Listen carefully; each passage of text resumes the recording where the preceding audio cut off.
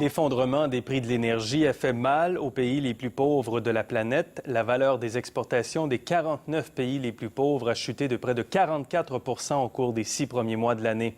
Le Centre du commerce international précise qu'en excluant les produits énergétiques, dont le pétrole, les exportations ont quand même reculé de 13,5 %.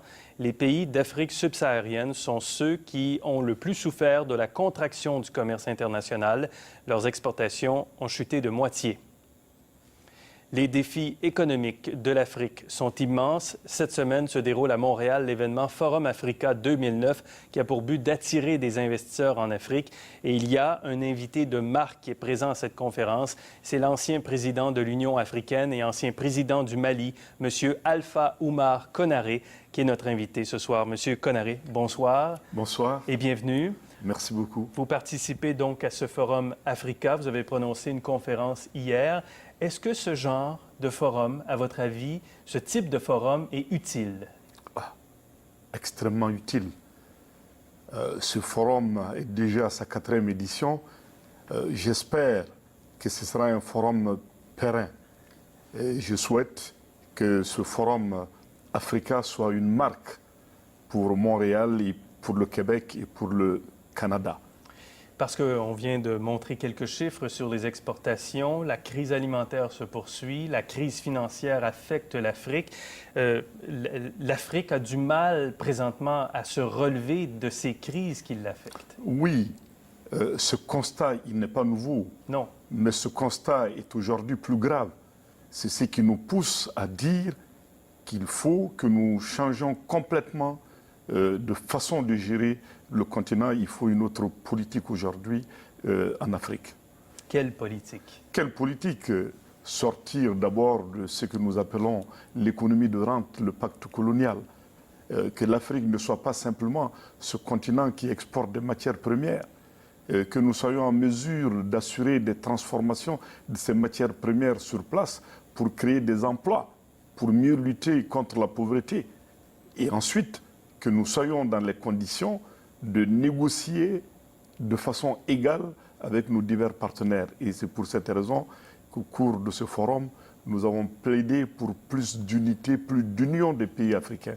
Vous savez que nous sommes parmi les chantres des États-Unis d'Afrique. Le Canada, quel est son rôle à jouer? Le Canada est un gros investisseur minier en Afrique, profite en quelque sorte par ses entreprises privées, par ses investissements qui sont en Afrique, du sol africain. Quel est le rôle du Canada? Le Canada, ce n'est pas simplement les mines, même si les mines constituent une part importante dans le cadre des relations entre le Canada et l'Afrique. Le Canada a beaucoup investi en Afrique. Le Canada est intervenu dans tous les domaines en Afrique, je dis bien dans tous les domaines, les autres secteurs du développement, le développement humain, la paix, la sécurité. Le Canada a des acquis. Je plaide aujourd'hui pour le maintien et le renforcement des relations entre le Canada et l'Afrique. Il est certain qu'il y a le problème des mines, mais je pense que l'Afrique a d'autres potentialités énormes dans le domaine agricole, dans d'autres domaines. Êtes-vous préoccupé par les modifications à l'intervention du Canada en Afrique qui semblent cibler davantage les pays où le Canada a des intérêts économiques? Oui, c'est ce qui paraît.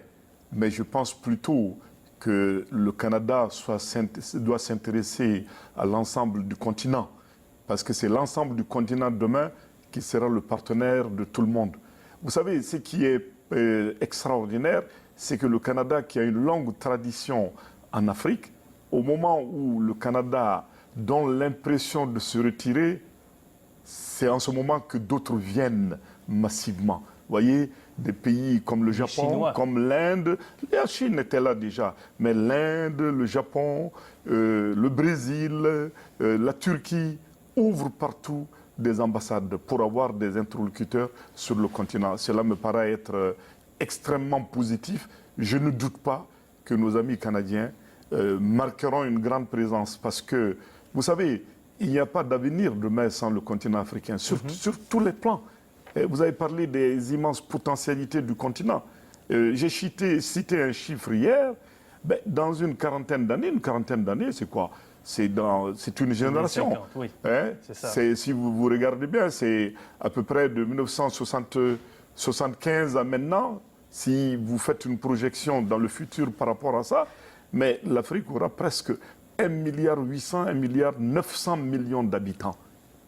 Ça paraît énorme, Ouais. mais c'est plus important quand vous faites des comparaisons. C'est-à-dire la population africaine dans 40 ans, ce sera la population des États-Unis, du Canada, de toute l'Amérique latine et du Sud, de toute l'Amérique centrale, des Caraïbes, les populations européennes et de l'Océanie à rassembler. Donc ça va être un des plus grands marchés du monde et certainement le plus jeune marché du monde. Donc, une occasion exceptionnelle, mais quand même un danger qui existe aussi, cette pauvreté, cette difficulté de donner aux Africains des vies décentes pour une majorité d'Africains. Ce défi-là se pose aujourd'hui même. Ah bien sûr, c'est pourquoi il faut changer même la nature de notre coopération.